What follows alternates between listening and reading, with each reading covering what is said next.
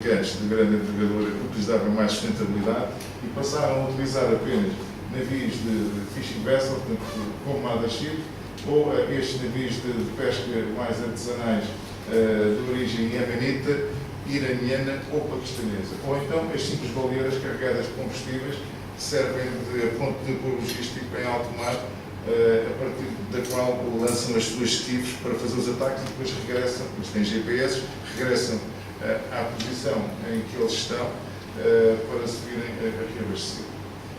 Como é que eles operam? A partir de qualquer um deste tipo de navios, lançam as estivos, são embarcações de casco rígido com 8 a 10 metros, com motores de fora de borda de relativa potência de 60 a 80 cavalos, que conseguem interceptar um navio mercante ou de pesca com velocidades até 18 nós. É essencialmente a velocidade que nós consideramos de risco, é abaixo dos 18 nós. Aliás, uma das boas práticas que recomendamos é que são utilizar velocidades superiores a 18 nós, porque a essas velocidades eu já tenho muita dificuldade para fazer a abordagem, para lançar as escadas e fazer a abordagem. Com a agravante de que a maior parte dos piratas não sabe nadar. Isso é curioso. O armamento que utilizam, como utilizou o relator, são RPGs. RPGs são Rocket Propellant Grenades, vemos aqui um exemplo, são lançadores de granadas e que não têm qualquer escrúpulo a utilizar contra navios mercantes. Isto é hijacking puro. Não há, mandam, o VHF mandam um navio mercante parar, o navio mercante não para, e adota todas as medidas que estão recomendadas e eles começam a alvejar o navio com rockets para a zona onde eles sabem que vão pessoas, designadamente para as zonas das superestruturas da ponte. Utilizam também maioritariamente com este era o mesmo projeto que são AK-47 fabrico soviético. Como é que eles operam? As zonas principais, a nossa zona de, consideramos de maior risco, que se chama FAN, este funil de aproximação leste ao IRTC. Este IRTC, este tracinho que é o corredor a recomendar, tem 515 milhas, ou seja, a distância de Lisboa a Funchal, sinceramente. E por aqui passa a externalidade da navegação que se dirige para o Estreito para o Almandeira e que dá comunicação com o Mar Vermelho e depois, por sua vez, com o Canal de Suez. Esta zona é a zona de maior risco. É uma zona, embora muito patrulhada, é a zona onde nós temos mais relatos de incidentes nesta zona. E, complementando aquilo que disse o doutor, de facto existem isto a pirataria é um fenómeno relativamente sazonal, como adiante explicarei. Existem duas monções, uma monção de nordeste, em que o vento sopra de nordeste para sudoeste, e existe uma monção de sudoeste, em que o vento roda nesta direção. Como monção de sudoeste, praticamente não há incidência em todo o Oceano Índico, porque estamos a falar em mares de 4, 5 metros e eles não conseguem operar com esta altura de vaga. Como monção, no período de intermonções, o mar é um espelho, podem atuar em qualquer ponto do Oceano Índico. Como monção do Nordeste, embora seja um período de monção, nesta zona, como o vento sopra de Nordeste, aqui ainda só há vaga e ainda não há ondulação.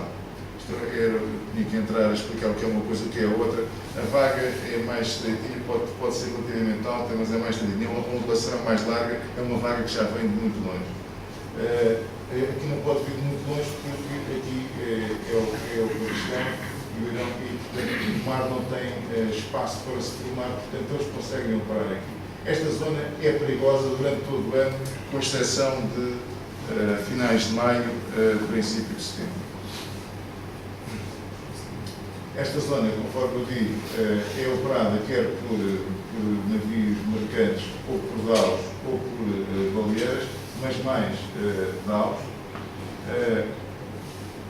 Esta zona, o doutor referiu, junto à costa da Tanzânia, eu estou convencido que nós não apanhamos nenhum tanzaniano.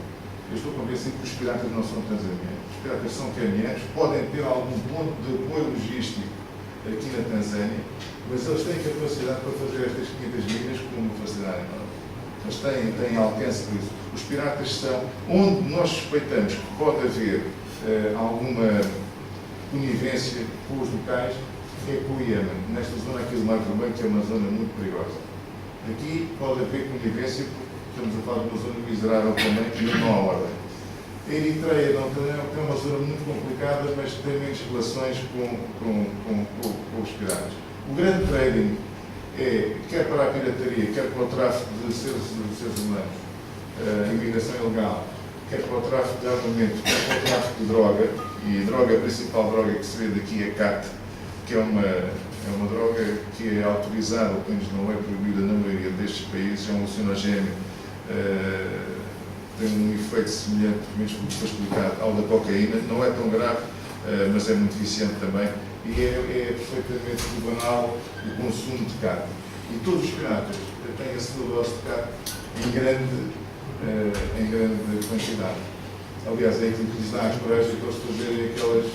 Eu acho que os piratas têm um pouco de louco e um pouco de heróis, porque aquilo que eles fazem, nas condições em que o fazem, mesmo com os arames farpados postos, eles passam por cima do arame farpado, cortam-se todos e continuam e não desistem.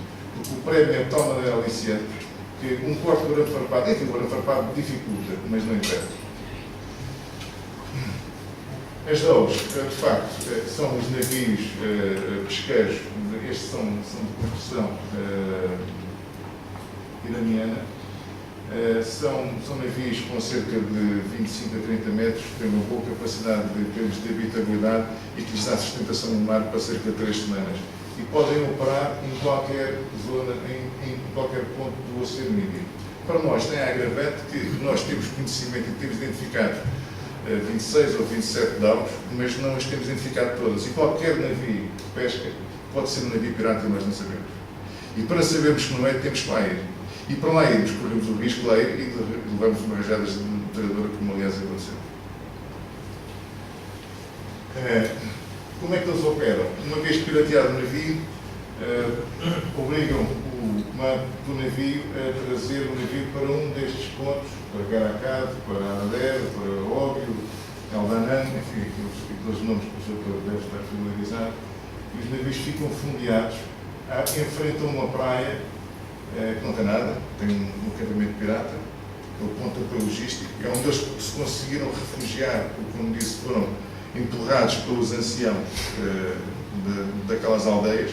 Eles são empurrados porquê? Porque a pirataria é condenada pelo Islão, os piratas, portanto, são pecadores e, ao mesmo tempo, são indivíduos que têm um poder de compra muito grande e a sua presença nas vilas e aldeias inflaciona toda a mercadoria e torna impossível a vida aos outros que não sejam piratas, de maneira que foram escorraçados, para a discussão, para estes campos piratas que estão identificados, nós sabemos que há são, sobrevoamos todos os dias, existem mais 2 aqui a norte. Os navios são trazidos para estes fundeadores, onde ficam entre 2 meses e 1 ano, em que as pessoas são reféns, são torturados diariamente, passam por condições que são indescritíveis. Adiante poderei postar alguns exemplos. Depois, os navios, os cativeiros em meses variam entre 2 meses e quase 1 ano. Os resgates variam entre agora, isso está um pouquinho mais inflacionado, mas vão até aos 10 milhões de dólares. Os navios mais procurados pelos piratas são os que transportam produto. São navios de maiores dimensões e têm muito valor financeiro em termos negociais. Como o senhor explicou, é acordado entre um negociador dos piratas e um negociador dos armadores, é acordado um valor do resgate e uma data em que o resgate é pago. Depois, como é que as coisas se processam? Nós não nos podemos aproximar, porque se aproximar um navio de guerra, eles ameaçam matar os reféns. Aliás, sempre que nós nos aproximamos, eles ameaçam matar os reféns e torturam-nos à nossa frente, tanto que nós temos que nos afastar logo. É uma das principais limitações. Mas a nossa presença, por vezes, é nefasta para a segurança e para a vida até dos marinheiros e nós temos que nos afastar. Então, é combinado um local, que normalmente é junto ao fundeador em que o navio se encontra atrasado, vem uma avioneta fretada pelo armador e que faz um drop de package com dinheiro. Neste navio que vai ser libertado, concentram-se 60, 70, 80 piratas, que eles têm uma organização que nós ainda não conhecemos bem, mas que tem uma hierarquia. O primeiro grupo, eles contam o dinheiro, têm máquinas para verificar a validade, a autenticidade das notas. O primeiro grupo recebe a principal fatia daquele bolo, afastam-se assim sucessivamente até que ficam lá os últimos 3 ou 4, que são os menos responsáveis, e que vão ficar a bordo o tempo suficiente para que os outros entrem em terra o suficiente de forma que não possam ser perseguidos pelos nossos helicópteros.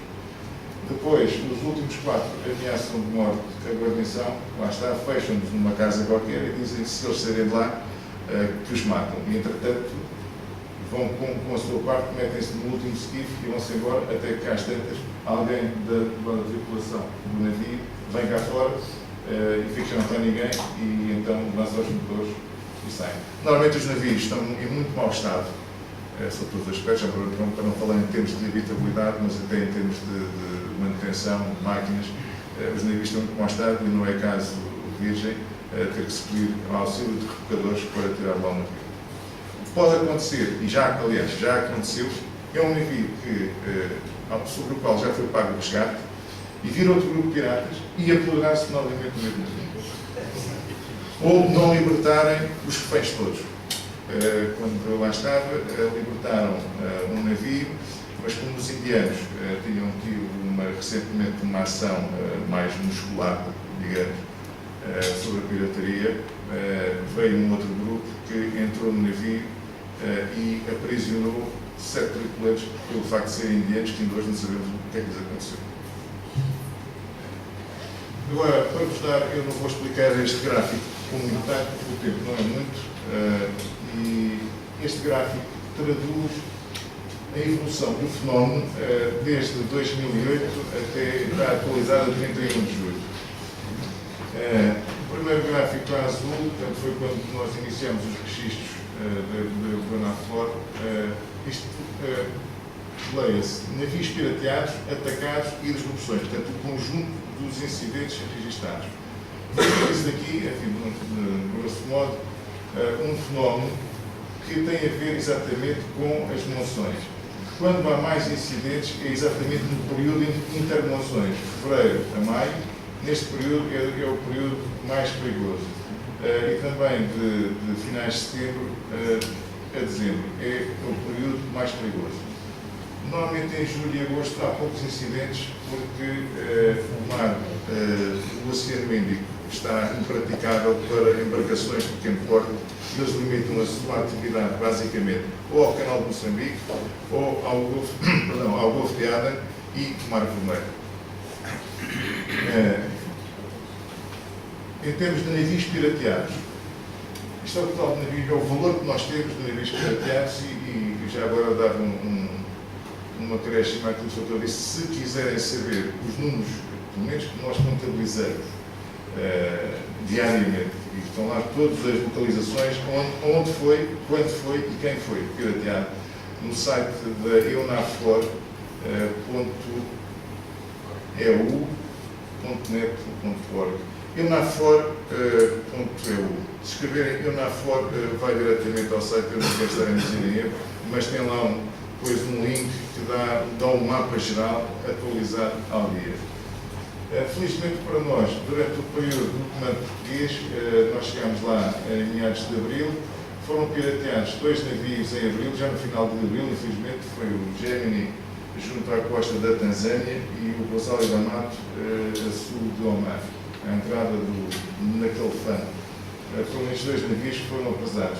Felizmente, depois tivemos vários incidentes, mas não tive mais nenhum navio apresado durante o período em que estive nesta operação. Naturalmente, isto não é mérito nem do comando português, nem da UNAFOR, é mérito da melhoria dos procedimentos e da ligação que existe entre as forças que estão a operar na área e também dos próprios armadores e pela forma como começaram a adotar de maneira mais generalizada as boas práticas que estão recomendadas